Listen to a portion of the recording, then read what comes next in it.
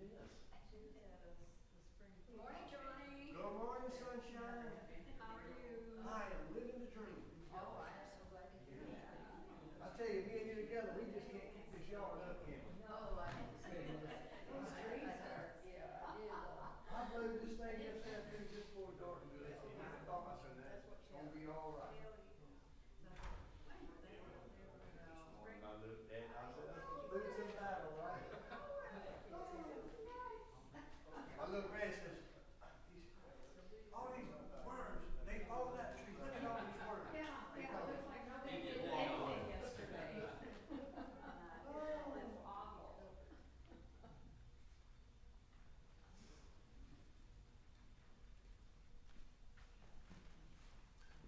Is it cool enough in here for y'all, or is it?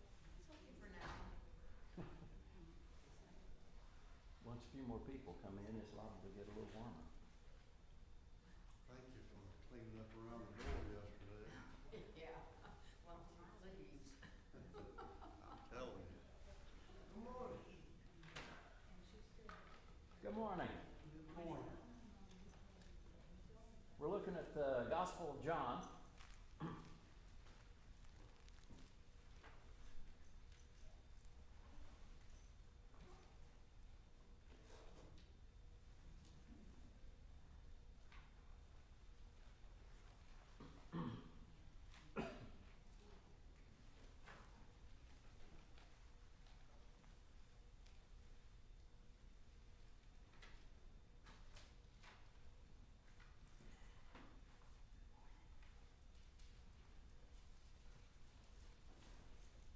What chapter of John would you look for a parable in?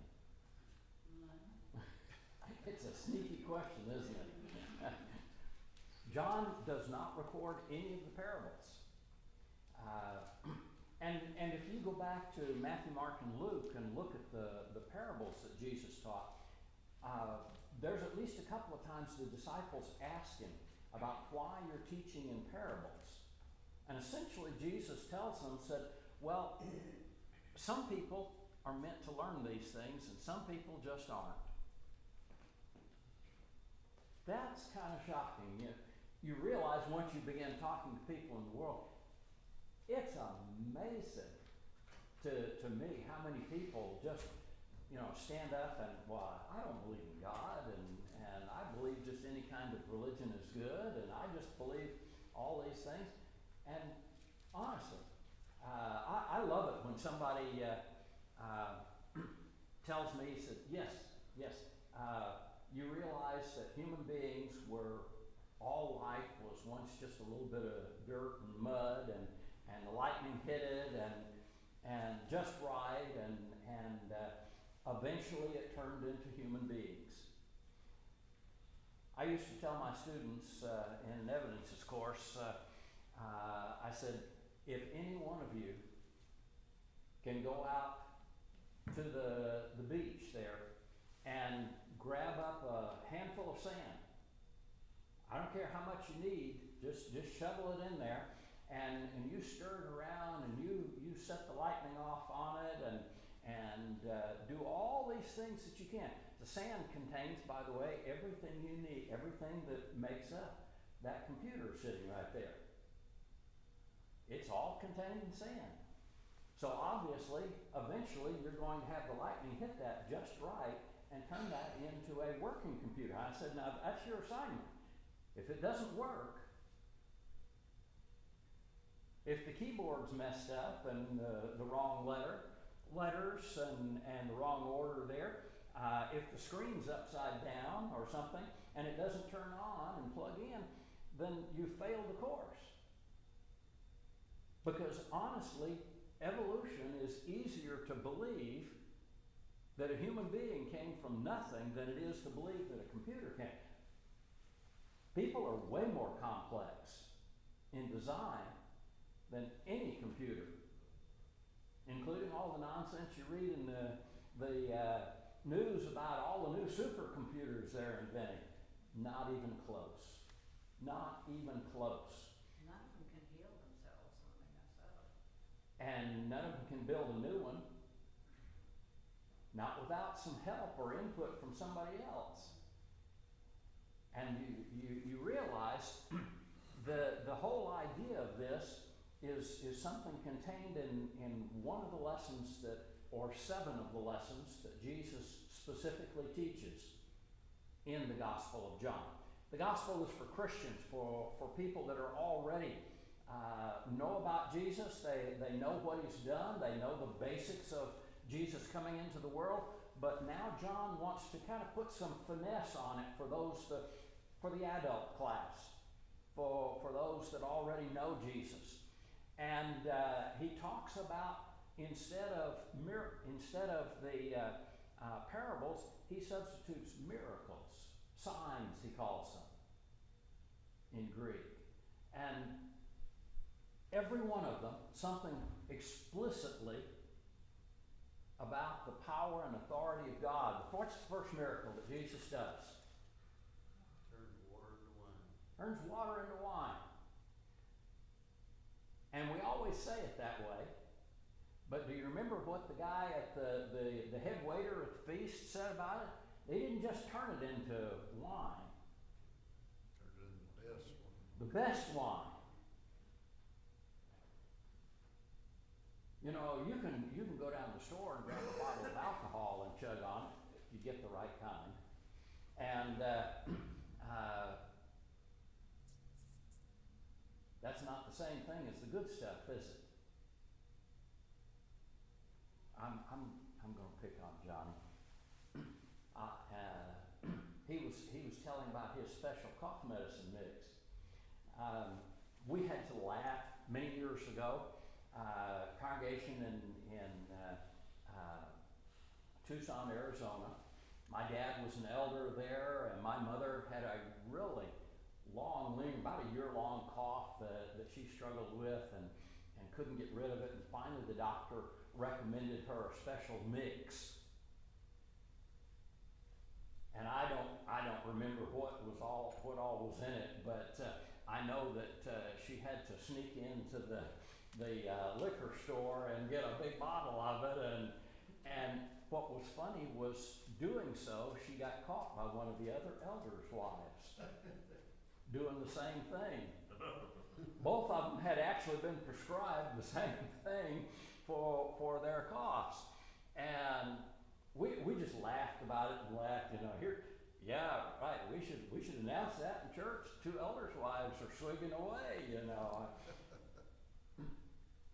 By the way, and I know this is a point that a lot of times in a lot of congregations really, I've heard preachers preach for hours on it. New Testament wine was not alcoholic. I don't know where you got that idea. Oh, well, they didn't know how to distill it properly. I'm sorry. Spending a couple of decades in archaeology and ancient history and teaching that era, they knew a lot more about it than most people realize. In fact, they made stuff that was so strong that they intentionally cut it with water and thinned it out, so it didn't just haul off and kick you in the head. The point that is worth noting here, when you actually read what is said in John, is that at the feast, why was there a concern that the good wine suddenly appeared at the end of the feast? You're supposed to serve that first. Why? Because their taste buds are still good when you tell. Because after you drink that a while, even the good stuff, it deadens the taste buds, and you get to where you don't care what it is. You see, not so much anymore, but you used to see, drunks on the sidewalk and all years ago, and they'd have their little bottle.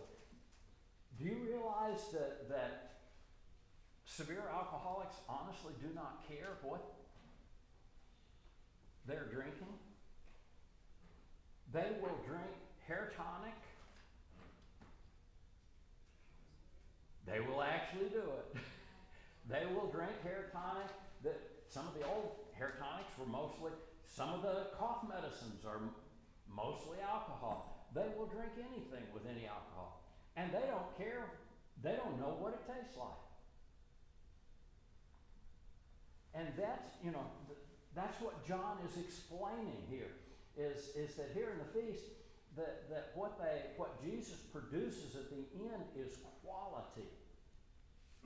Quality that immediately raises the suspicion of the man that's in charge of the food there, the caterer.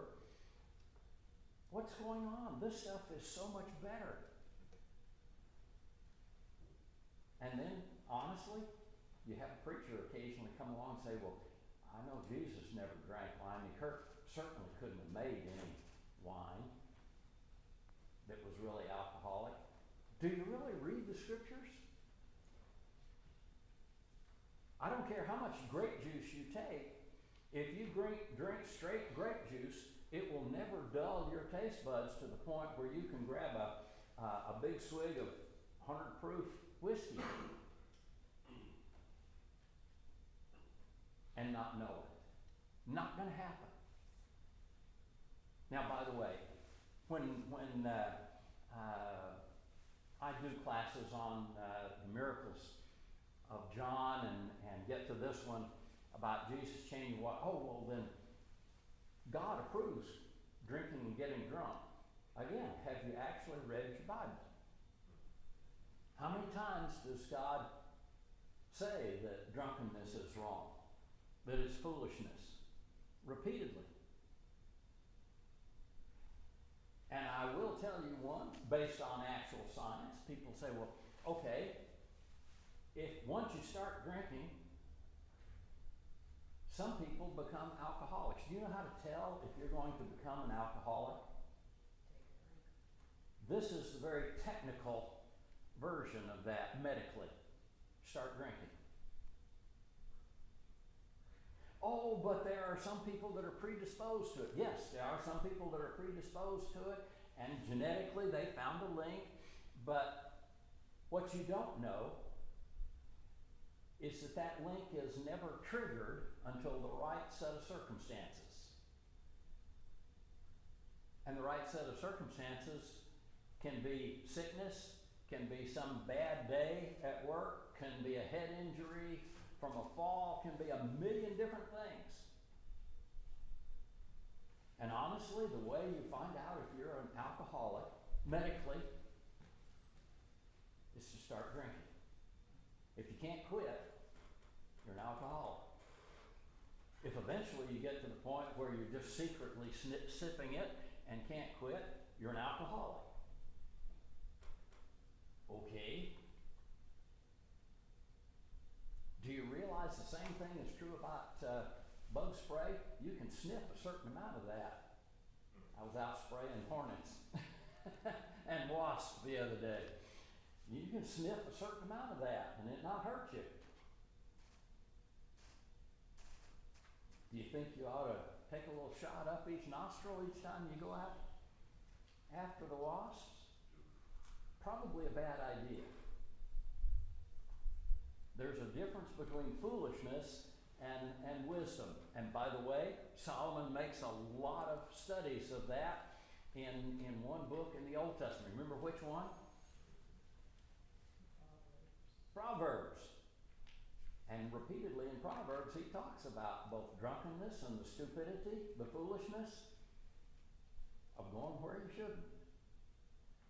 Sometimes we need to learn that old lesson about moderation in all things is a good thing. I'll pick on myself. You know what happens when you spend way too much time getting sunburns when you're young? This is it. You get the dermatologist tell you to put this little cream on, and yeah, for about 4 weeks, and then you glow in the dark. My wife wakes up in the middle of the night and says, "Whoa, what's that?" Turn the light off. I thought she was going to smother me with a pillow last night. Time to get that light off.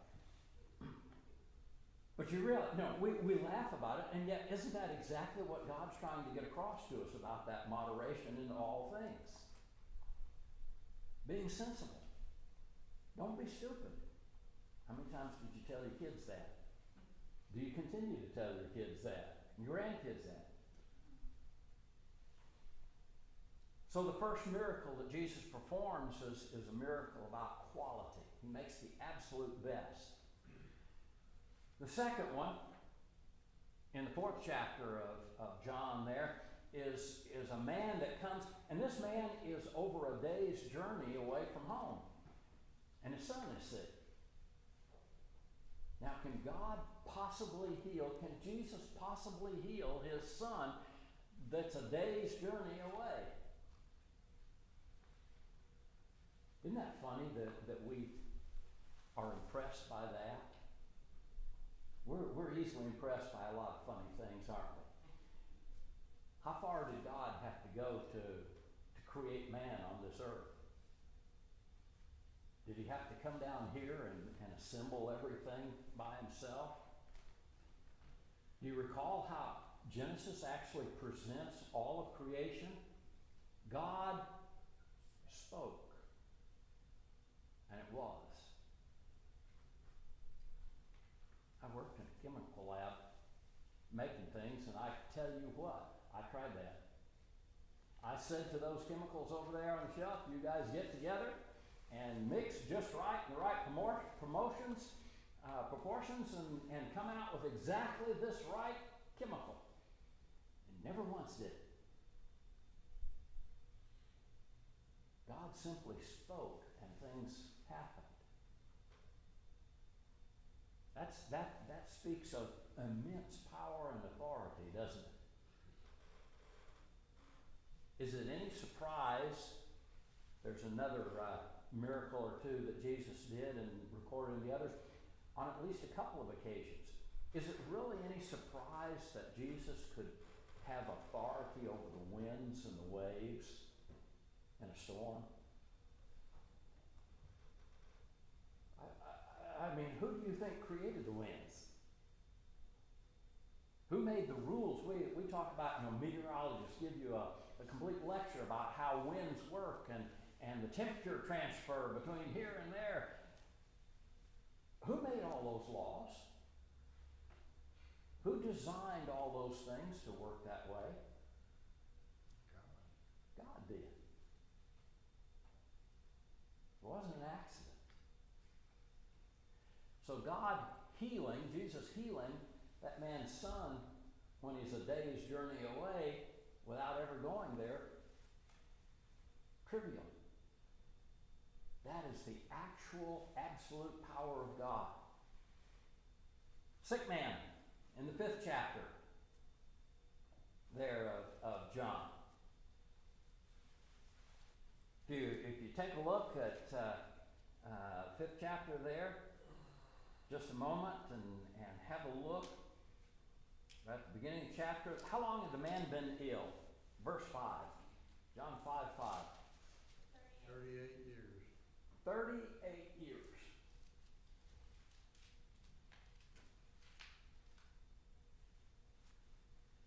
I had back surgery, 2 years ago this month.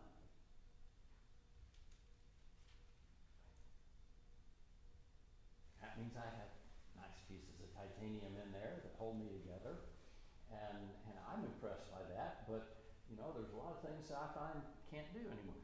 And in spite of me assuring our son that I'm still taller than he is at 5'11", I don't think I'm that tall anymore. For some reason, the guy, that surgeon tightened the screws too much, shortened me a little bit. 38 years, this man has been unable to get up and go and do anything. No hint as to what caused it, but does it matter to God? When Jesus performs a miracle, the sign, outside the laws of nature, you know how long it takes you to heal from back surgery? Yeah. That's not quick. And you still have all the complications and problems that go with it forever after. When Jesus healed this man, he was perfectly well, normal. One of the best examples comes later in the book of Acts, about the 4th chapter, I believe. You remember the man that's begging there in the temple? And he asked Peter, here's a man that has never walked. He's been crippled all his life. And when Peter heals him, do you remember what he does? Jumps up literally and leaps about. He jumps and leaps. Now, you know, here's an adult man that has never walked a day in his life. Here's a man that hasn't walked in 38 years. Do you know what it's like to spend 2 or 3 weeks in a hospital bed without walking and then get up and try to walk again? Whoa, this is not going to happen. It takes a lot of work, exercise. What are the chances that somebody that has not walked for 38 years or an entire lifetime will get up? And do you get the picture of the miracle that's involved there? One of the things you go to rehab and managed to break both ankles over the years a couple of times, but one of the things they tell you in rehab, do you realize, we know your brain and your inner ear control balance. Do you realize how much balance is actually controlled by a little feedback mechanism that goes between the nerves in your ankle and your spine? It sits there and it's just constantly adjusting things and making sure that everything fits. You know how it is. You get a little tipsy there. Go out on a boat. Get out into the ocean a little ways and try standing up. Can't do it. Just get in the back of a pickup and let somebody bounce you around down the road. After a while, you learn to, if you get up and flex your knees and don't lock your legs out and all, that you can actually stand and do that. But it takes some time to learn that. How long does it take to learn to walk? You ever raise a kid? Go ahead and grab a baby the next time you see one, newborn. Stand them up and tell them, hey, pat them on the bottom and say, hey, walk across the floor. They can't even crawl. They can't even hold themselves up. When you see the miracles, the signs that Jesus is performing, realize there's a million other things going on behind the scene that we don't even realize. This man has been ill for 38 years. And when Jesus cures him, verse 9 of John 5, immediately, how long? Immediately, the man became well. And he picked up his bed, his pallet, and he began to walk.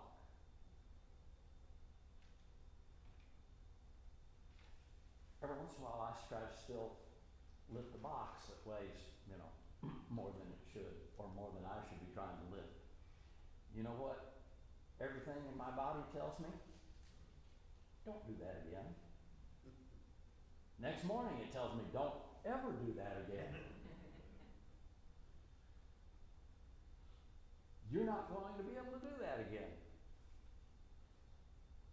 This man gets up, picks up his things, and begins walking. The picture of what's happening. Can you imagine being there and seeing this? Do you realize what legs look like that have not walked for 38 years? There's no muscle on them. Do you realize that the amount of muscle on legs that have been paralyzed, have not walked for 38 years, will not physically walk? This man cannot get up with those little strings of muscles and walk. Somehow those have to grow back before he can get up and walk. A man that has never walked, that Peter heals, has to somehow develop something that takes a baby a couple of years to develop in his sense of balance. Now, contrast that with people today calling everything, oh, look, we didn't get any rain yet today. It's a miracle. It's not a miracle.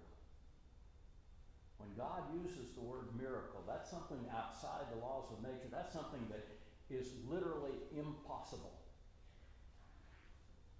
And each of these illustrations that God gives are the absolute impossible. So a man that has been sick for 38 years, go to the first part of chapter 6. Before we leave that. Yes.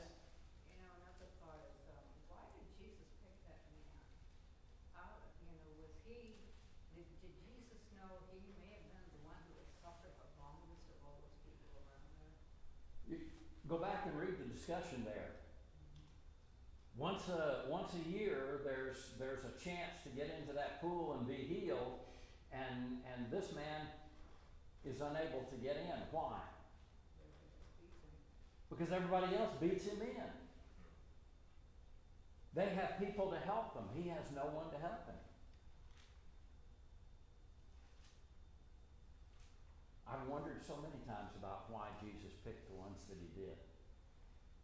I don't know. But I do know on another occasion that Jesus will heal a man and his disciples will ask him a question. Who sinned? Did this man sin, or his parents sin and cause him to be blind? Remember what Jesus told them? Neither this man nor his parents, but this has happened. Why?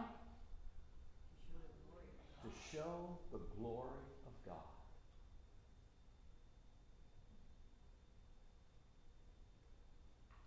That's hard to believe. This man had suffered, had been blind for a lifetime, and now suddenly sees.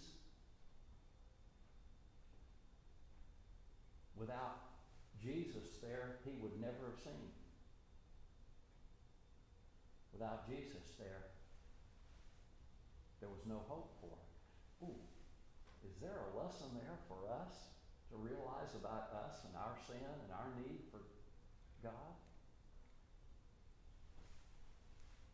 Pastor, I think too, as far as the ones that he picks out, and obviously he knows what's going on in any situation, but those couple and those examples, the ones that he chose were ones that people knew.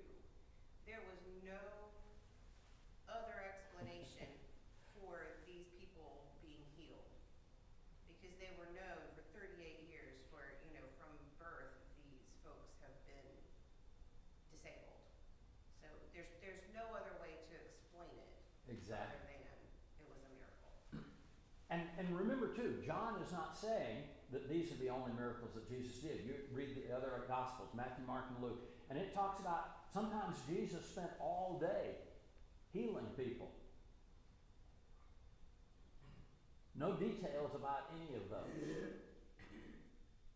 Why does John pick these out? What does he say at the end of the book? These are written that you might believe. These are lessons to learn from. 6th chapter there.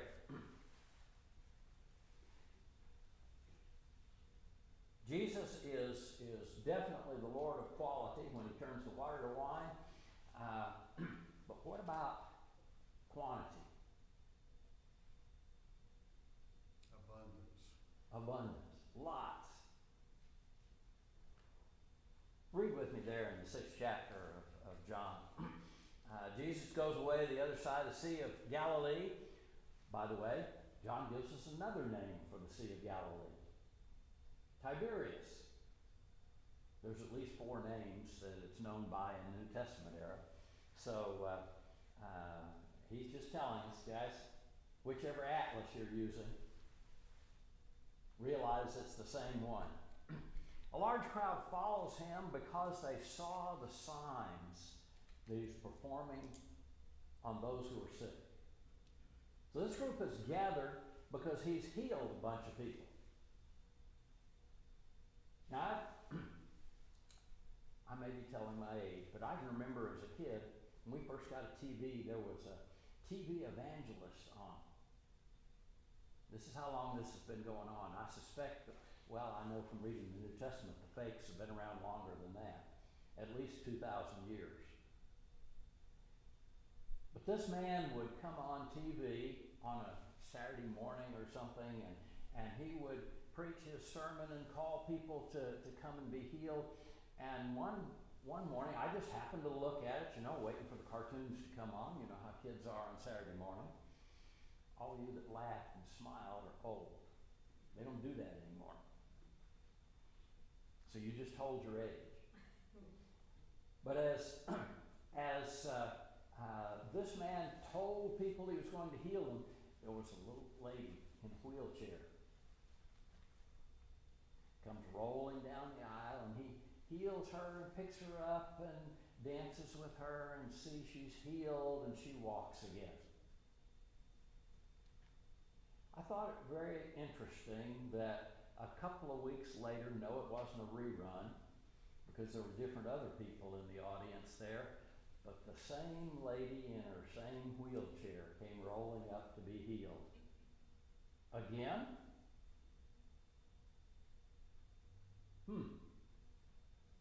That's not how Jesus worked. It didn't have to be done over and over again every week, or every month to get you able to walk. These people would walk for the rest of their lives. Interesting difference between real miracles, the real power of God, and the fakes, the frauds. Large crowd was following him. They had seen the signs that he was performing on those who were sick. Jesus goes up on a mountain, sits down with the disciples. By the way, you do remember, what's Jesus doing sitting on the mountain? Teaching. Preachers always sit. That way they're comfortable and they can preach longer. So as soon as you see me get comfortable and sitting down, grab your lunch out and be ready to stay a while. It's Passover, near, and Jesus lifts up his eyes and sees a large crowd that's coming to him. And he tells Philip, hey, Philip, one of the disciples, one of the apostles, come here.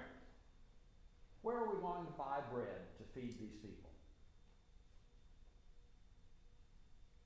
Now, why is he telling Philip this? Verse 6. He said this to test him, because Jesus already knew what he was fixing to do. But Philip's answer is a great one. He says, okay, an entire year's salary for a soldier would not buy bread for everyone to get a little. Roman soldiers' starting pay was around 200 denarii. In terms of purchase power and our world today, starting soldiers' salary was around $30,000 a year.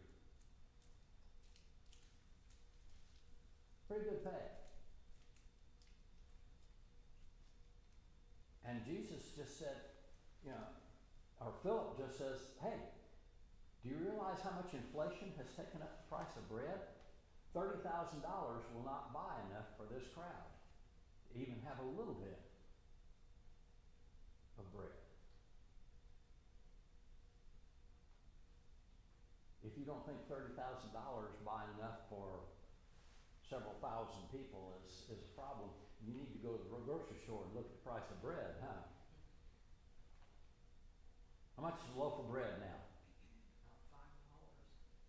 $5. $5?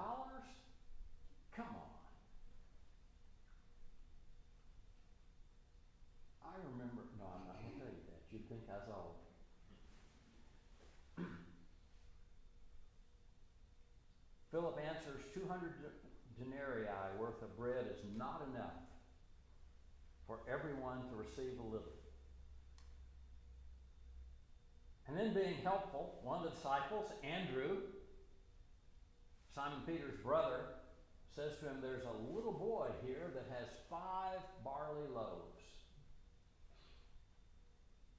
Next time you go to the grocery store, get over there in the bakery section where they make those little long loaves. 5 barley loaves and 2 fish.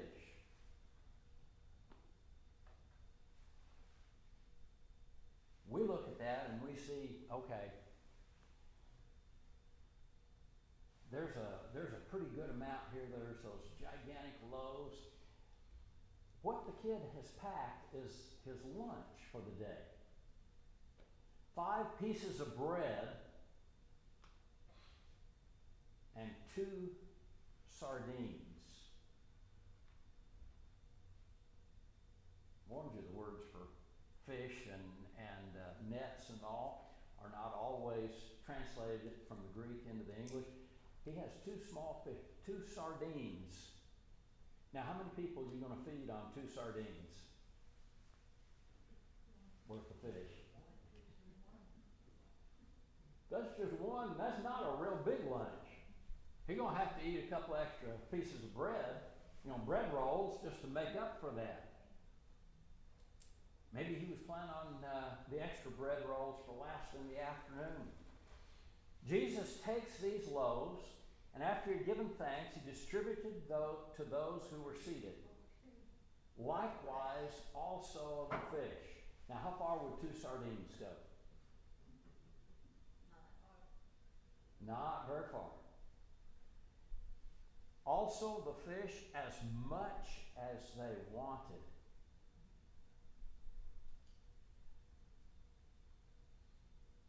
Well, okay, there's what, 5 or 6 people here?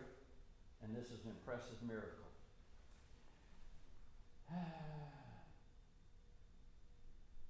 I mean, it really is. With 5 or 6 people, stretch the food that far, and then they stick in verse 12, when they were full. Wait a minute. There's a little boy's lunch here that will barely fill him. Anybody remember how little boys like to eat?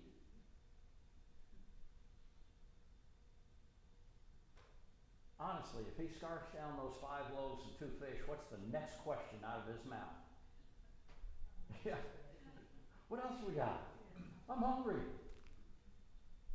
You all know that. That's reality.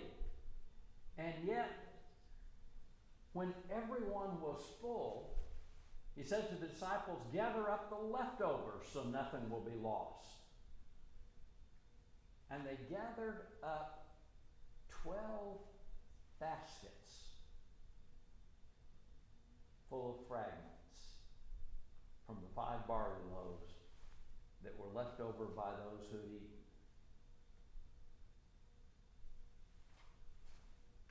A little more impressive now, isn't it? How many people were there? I skipped a verse, didn't I? Back there. Verse 10. How many people were there really?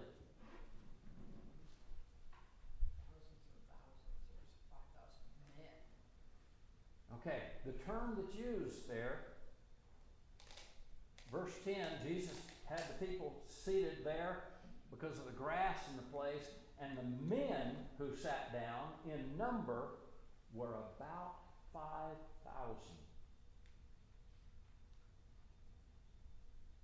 What about the women and children?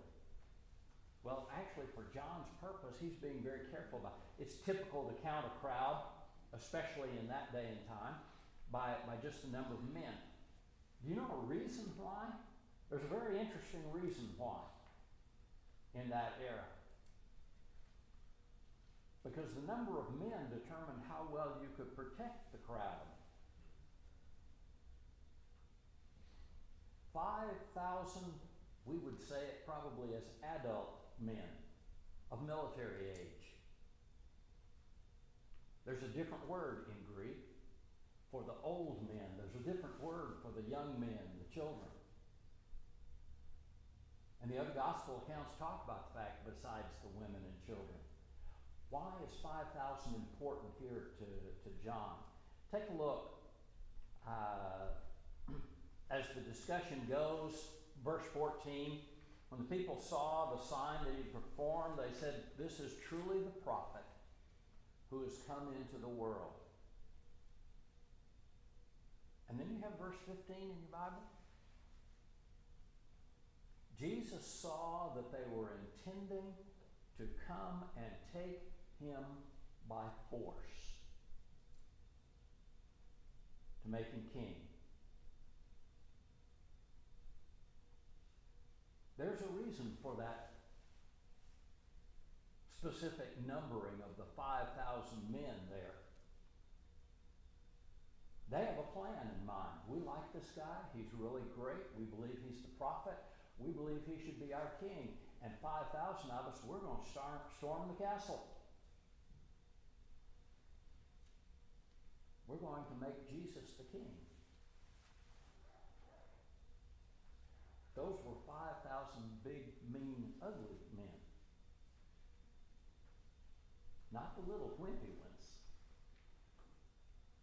And that's the point that John is making there. These are the guys. Do you suppose that outside a town like that, they would have taken their weapons with them? A good portion of those 5,000, perhaps the majority of them, would have been armed. And when they decide they're going to take him and forcibly make him king, who are they going to have to fight to make him king? The Romans, the Herods, and their armies. We're going to need some more men, but 5,000 is a good start. Interesting picture there that you get when you actually read and see what's going on there.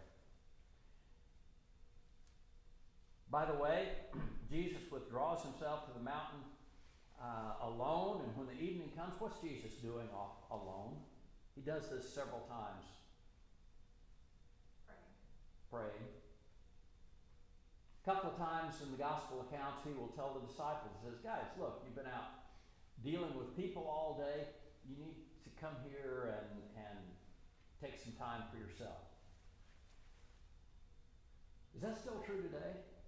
Do we still need to take some time for ourselves occasionally? Nah. Recharge. Need a recharge. And time spent in prayer. Why would Jesus waste time in prayer when he needed to recharge? Maybe there's another whole lesson there for us as God's people. Well, evening comes, verse 16, the disciples go down to the sea and they get in a boat. They start to cross the sea to Capernaum. It's already dark. Jesus hasn't joined them. They figure, hey, it's time to go home. He can walk tomorrow. When they had rowed out, I saw a commentary. You know how much I love commentaries. I saw a commentary a few years ago. It said, yeah, they were probably 30, 40 yards from the land. If it gets stormy, they could always get out and walk. Swim for it. Watch what John says.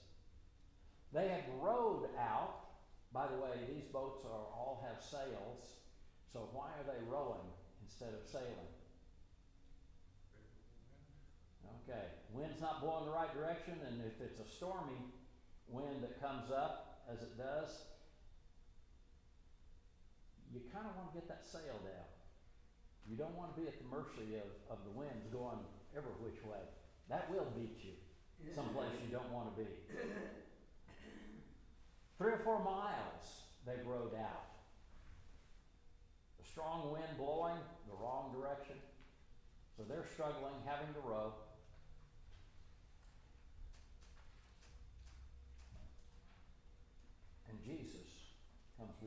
to them on the sea.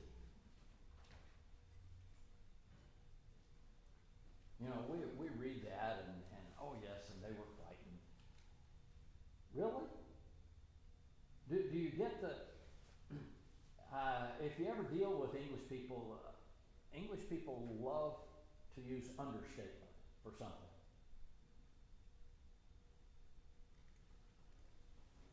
And the Greeks are kind of the same way. If it says that somebody was afraid, it means they were stark terrified.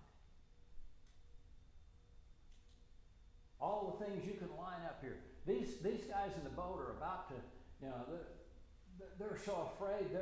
Do we jump over? What do we do? And you know, the next thing that happens is they looked at the clock and realized we'll have to wait till next week to find out what they do. Isn't it funny how that happens so much? We'll pick up there next week. Thank you.